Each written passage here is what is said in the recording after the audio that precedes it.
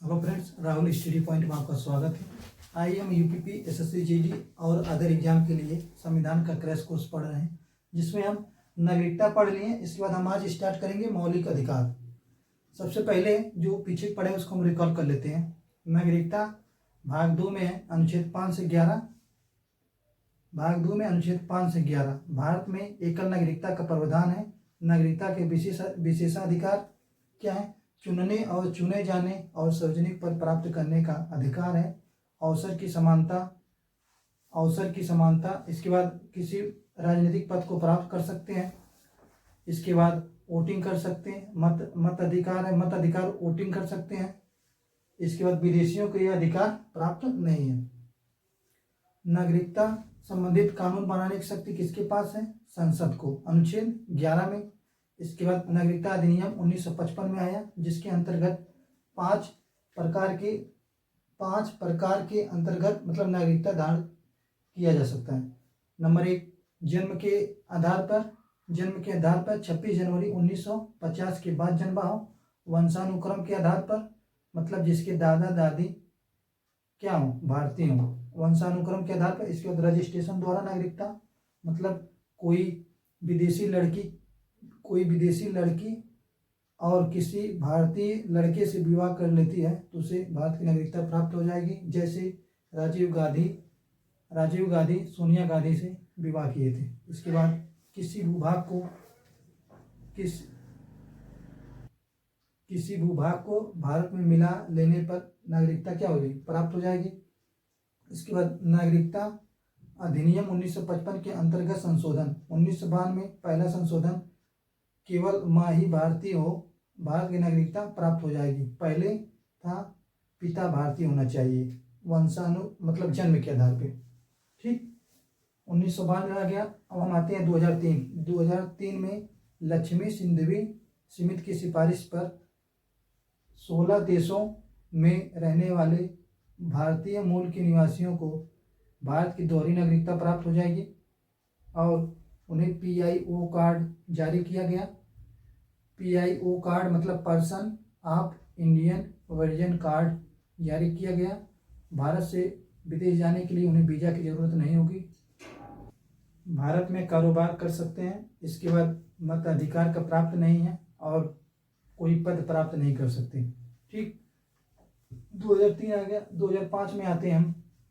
2005 में पाकिस्तान और बांग्लादेश को छोड़कर सभी देशों में भारत के मूल निवासियों को भारत की नागरिकता प्राप्त हो जाएगी, दोहरी नागरिकता प्राप्त हो जाएगी। इसके बाद OCI कार्ड जारी किया गया, overseas citizen of India card जारी किया गया।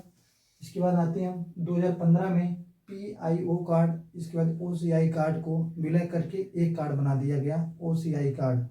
ठीक, नागरिकता की समाप्ति अनुच्छेद 9 में। नागरिकता की समाप्ति अनुच्छेद 9 में कहा गया है, स्वेच्छा से नागरिकता त्यागने पर। इसके बाद दोहरी नागरिकता लेने पर, दोहरी नागरिकता जैसे भारत की नागरिकता ली है, इसके बाद USA की नागरिकता लेंगे तो आपकी नागरिकता क्या होगी? समाप्त हो जाएगी। दोहरी नागरिकता का प्रावधान नहीं है। इसके बाद देशद्रोह की स्थिति में नागरिकता से वंचित किए जाने पर 9 जनवरी को मनाया जाता है प्रवासी दिवस। 1915 में गांधी जी दक्षिण अफ्रीका से वापस आए थे, इसलिए 9 जनवरी को प्रवासी दिवस मनाया जाता है। आइए हम आगे देखते हैं मौलिक अधिकार। मौलिक अधिकार भाग 3 में अनुच्छेद 12 से 35। भाग 3 में जो लिखी गई अधिकार है मौलिक अधिकार है। ये व्यक्तित्व के विकास के अधिकार है, इसलिए मौलिक अधिकार कहते हैं। और मनुष्य को मनुष्य के रूप में परिभाषित अधिकार, इसलिए इसे मौलिक अधिकार कहते हैं। इसके बाद इसलिए हम इसे मानव अधिकार, इसके बाद प्राकृतिक अधिकार, इसके बाद आधारभूत अधिकार भी कहते हैं। भाग 3 को हम मैग्ना कार्टा कहते हैं, क्योंकि ब्रिटेन के राजा मैग्ना कार्टा क्यों कहते हैं? ब्रिटेन के राजा 1215 में ब्रिटेन के जनता को कुछ समय के लिए छूट दे दी थी, इसलिए कहीं भी कोई विशेष परिवर्तन होता है उसकी तुलना हम मैग्ना कार्टा से कहते हैं। देखते हैं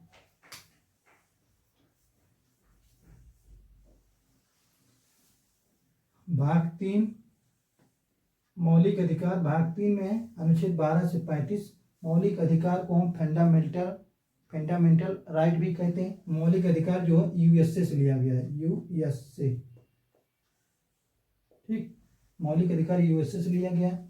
भाग 3 में जो लिखे गए अधिकार हैं वो मौलिक अधिकार हैं, ठीक। व्यक्तित्व के विकास के लिए लिखे गए अधिकार जो है वो मौलिक अधिकार हैं। मनुष्य के रूप में परिभाषित करते हैं, इसलिए इसे मानव अधिकार या आधारभूत अधिकार या प्राकृतिक अधिकार कहते हैं। मानव अधिकार, आधारभूत अधिकार, इसे प्राकृतिक अधिकार कहते हैं। भाग 3 को मैग्ना कार्टा क्यों कहते हैं?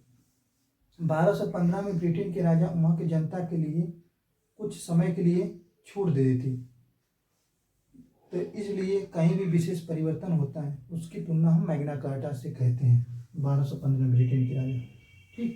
सबसे पहले 1928 में नेहरू कमेटी में मौलिक अधिकार की चर्चा की गई थी। इसके बाद 1931 में कांग्रेस का कराची अधिवेशन, जिसके अध्यक्ष पटेल थे, मौलिक अधिकार को प्रस्ताव को पारित किया गया था। मौलिक अधिकार का प्रस्ताव तैयार किसने किया था? नेहरू ने। देखते हैं हम आगे। 1928 में नेहरू कमेटी में मौलिक अधिकार की चर्चा की गई थी। पहली बार 1931 में कराची अधिवेशन में मौलिक अधिकार का प्रस्ताव पारित किया गया था। इसके अध्यक्ष पटेल थे। मौलिक अधिकार का प्रस्ताव तैयार किसने किया था? नेहरू जी ने, ठीक। अब आते हैं मौलिक अधिकार की विशेषता। मौलिक अधिकार न्याय योग्य है, अतः मौलिक अधिकार का उल्लंघन होने पर अनुच्छेद 32 के तहत हम सुप्रीम कोर्ट जाएंगे, अनुच्छेद 226 के तहत हम हाई कोर्ट जाएंगे। मौलिक अधिकार राज्य के विरुद्ध प्राप्त है, इसलिए इसकी भाषा नकारात्मक होती है। मौलिक अधिकार को छीना नहीं जा सकता है। इसके बाद मौलिक अधिकार और विधिक अधिकार में अंतर क्या है? मौलिक अधिकार संविधान द्वारा दिए गए अधिकार है, मौलिक अधिकार है। मौलिक अधिकार छीना नहीं जा सकता है। मौलिक अधिकार के उल्लंघन होने पर हम सुप्रीम कोर्ट और हाई कोर्ट जाएंगे, ठीक। इसके बाद विधिक अधिकार संसद द्वारा सृजित गए संसदीय कानून द्वारा सृजित गए अधिकार, यह क्या विधिक अधिकार है, इसे छीना जा सकता है। इसका उल्लंघन होने पर हम सीधा क्या लोअर कोर्ट जाएंगे। चलिए हम देखते हैं मौलिक अधिकार की विशेषता। मौलिक अधिकार न्याय योग्य है, अतः इसका उल्लंघन होने पर अनुच्छेद 32 के तहत हम सुप्रीम कोर्ट SC मतलब सुप्रीम कोर्ट, 226 के तहत हम हाई कोर्ट जाएंगे। HC मतलब हाई कोर्ट। राज्य के विरुद्ध प्राप्त है, इसलिए इसकी भाषा क्या होती है? नकारात्मक होती है। सामान्य विधि से छीना नहीं जा सकता है। मौलिक अधिकार और विधिक अधिकार में अंतर क्या है? मौलिक अधिकार, इसे मूल अधिकार भी कहते हैं। मौलिक अधिकार को हम मूल अधिकार भी कहते हैं, फंडामेंटल राइट भी कहते हैं। संविधान द्वारा दिए गए अधिकार वो मौलिक अधिकार है, इसे छीना नहीं जा सकता। इसका उल्लंघन होने पर केवल हम सुप्रीम कोर्ट हाई कोर्ट जाएंगे। और विधिक अधिकार देखते हैं, यह संसदीय कानून द्वारा सृजित अधिकार है। इसके बाद इसे छीना जा सकता है। इसका उल्लंघन होने पर हम लोअर कोर्ट जाएंगे, ठीक। संसदीय कानून से सृजित अधिकार ही विधिक अधिकार है, इसे छीना जा सकता है। इसका उल्लंघन होने पर हम सीधे लोअर कोर्ट जाएंगे। चलिए हम आगे देखते हैं। भाग 3 के अलावा जो दिए गए अधिकार हैं उसे मताधिकार कहते हैं। जैसे मताधिकार अनुच्छेद 326 में, भाग 3 के अलावा जो अधिकार हैं मताधिकार है अनुच्छेद 326 में। कानूनी, ठीक, संसदीय कानून द्वारा सृजित किया जाता है। कानूनी अधिकार या विधि अधिकार। मौलिक अधिकार की सूची देखते हैं। मूल संविधान में 7 मौलिक अधिकार हैं, वर्तमान में 6 हैं। अनुच्छेद 31 में संपत्ति का अधिकार है। इसके बाद 44वें संविधान संशोधन द्वारा इसे निकाल कर 44वें संविधान संशोधन द्वारा 1978 में 300 क में जोड़ दिया गया है। इसे कानूनी अधिकार या विधिक अधिकार बना दिया गया है। हम आते हैं समता का अधिकार, अनुच्छेद 14 से 18, स्वतंत्रता का अधिकार 19 से 22, इसके बाद स्वतंत्रता का अधिकार 19 से 22, इसके बाद स्वतंत्रता का अधिकार 19 से 22, शोषण के विरुद्ध अधिकार 23 से 24, धार्मिक स्वतंत्रता 25 से 28, शिक्षा एवं संस्कृति का अधिकार 29 से 30, अनुच्छेद 32 में संवैधानिक उपचारों का अधिकार। आइए हम देखते हैं। मूल संविधान में कुल 7 मौलिक अधिकार हैं। वर्तमान में 6 मौलिक अधिकार हैं। अनुच्छेद 31 में संपत्ति का अधिकार है। 44वें संविधान संशोधन द्वारा इसे 1978 में निकालकर 300 क में जोड़ दिया गया है। इसे कानूनी अधिकार या विधिक अधिकार बना दिया गया है। कानूनी अधिकार या विधिक अधिकार बना दिया गया है। समता का अधिकार अनुच्छेद 14 से 18, स्वतंत्रता का अधिकार 19 से 22, इसके बाद शोषण के विरुद्ध अधिकार 23 से 24, धार्मिक स्वतंत्रता 25 से 28, शिक्षा एवं संस्कृति का अधिकार 29 से 30, संवैधानिक उपचारों का अधिकार अनुच्छेद 32। अब हम इसको डीपली पढ़ते हैं। अनुच्छेद 14 में क्या है? कानूनी समता, विधि की समझ समानता, विधि का समान संरक्षण, इसके बाद युक्ति भेदभाव, इसके बाद संरचनात्मक नर्सिंग न्याय के अनुकूल। अब हम देखते हैं कानूनी समता, अनुच्छेद 14, विधि की समझ समता, विधि का शासन। यह शब्दावली कहाँ से? ब्रिटेन से लिया गया है। विधि का समझ समता या विधि का शासन ब्रिटिश शब्दावली है। विधि का समान संरक्षण यह अमेरिकी शब्दावली है। युक्ति भेदभाव हो सकता है। संरचनात्मक नर्सिंग न्याय के अनुकूल, जैसे एक माँ के 2 बेटे, एक 1 साल का, एक 5 साल का है, तो जो 1 साल का है उसको माँ ज़्यादा संरक्षण देती है क्योंकि उसे ज़्यादा संरक्षण की ज़रूरत है। इसके बाद 5 साल का जो लड़का वो सोचता है कि माँ छोटू को ज़्यादा मान रही है, लेकिन नहीं, माँ को दोनों को समान प्यार करती है क्योंकि छोटे को ज़्यादा संरक्षण की ज़रूरत है, इसलिए छोटे को ज़्यादा संरक्षण देती है। ठीक। इसके बाद राष्ट्रपति या राज्यपाल पद के दौरान किसी का मर्डर कर देते हैं तो उनके ऊपर मुकदमा नहीं किया जाता है। 2 महीने में पूर्व जमीन जायदाद से संबंधित मुकदमा किया जा सकता है राष्ट्रपति राज्यपाल पर।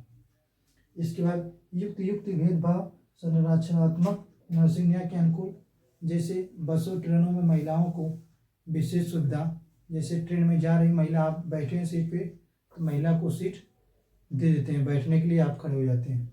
यही है नर्सिंग न्याय, संरचनात्मक नर्सिंग न्याय के अनुकूल। ठीक। चलिए हम एक बार रिकॉल कर लेते हैं। मौलिक अधिकार, भाग 3 को मौलिक अधिकार कहते हैं, फंडामेंटल राइट कहते हैं। भाग 3 अनुच्छेद 12 से 35 है। मौलिक अधिकार यूएसए से लिया गया है। जो भाग 3 में जो लिखी गई अधिकार है मौलिक अधिकार है। मौलिक अधिकार है व्यक्तित्व के विकास के लिए जो अधिकार है मौलिक अधिकार है। मनुष्य को मनुष्य के रूप में परिभाषित करते हैं मौलिक। इसे मानव अधिकार या आधारभूत अधिकार, इसे प्राकृतिक अधिकार भी कहते हैं। 1928 में नेहरू कमेटी में मौलिक अधिकार की चर्चा की गई है। कांग्रेस के कराची अधिवेशन 1931 में मौलिक अधिकार का प्रस्ताव पारित किया गया था, जिसके अध्यक्ष पटेल थे। मौलिक अधिकार को तैयार किसने किया था? नेहरू ने। मौलिक अधिकार की विशेषता क्या है? मौलिक अधिकार न्याय योग्य है, अतः मौलिक अधिकार का उल्लंघन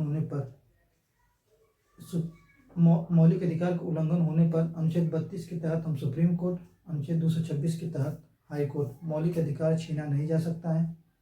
इसके बाद मौलिक अधिकार राज्य के विरुद्ध प्राप्त है, इसलिए इसकी भाषा क्या होती है? नकारात्मक होती है। मौलिक अधिकार और विधिक अधिकार में अंतर क्या है? मौलिक अधिकार, संविधान में दिए गए अधिकार मौलिक अधिकार हैं। मौलिक अधिकार छीना नहीं जा सकता है। मौलिक अधिकार को उल्लंघन होने पर हम सीधे सुप्रीम कोर्ट या हाई कोर्ट जाएंगे। विधिक अधिकार, विधिक अधिकार संसदीय कानून द्वारा सृजित अधिकार है, इसे छीना जा सकता है। इसका उल्लंघन होने पर हम सीधे लोअर कोर्ट जाएंगे। भाग 3 के अलावा जो अन्य किसी भाग में दिए गए उसे मताधिकार कहते हैं, जैसे अनुच्छेद 326। मौलिक अधिकार की सूची, मूल संविधान में कुल 7 मौलिक अधिकार हैं, वर्तमान में 6 मौलिक अधिकार हैं। अनुच्छेद 31 में संपत्ति का अधिकार है, इसे 44वें संविधान संशोधन द्वारा निकालकर अनुच्छेद 3 में जोड़ दिया गया है। इसे कानूनी अधिकार या विधिक अधिकार बना दिया गया है। अब देखते हैं समता का अधिकार, अनुच्छेद 14 से 18, स्वतंत्रता का अधिकार 19 से 22, शोषण के विरुद्ध अधिकार 23 से 24, धार्मिक स्वतंत्रता 25 से 28, शिक्षा एवं संस्कृति का अधिकार 29 से 30, संवैधानिक उपचारों का अधिकार अनुच्छेद 32। चलिए हम अपना वीडियो समाप्त कर रहे हैं। अगर हमारा वीडियो पसंद आए कृपया लाइक, सब्सक्राइब, शेयर कीजिएगा। जय हिंद।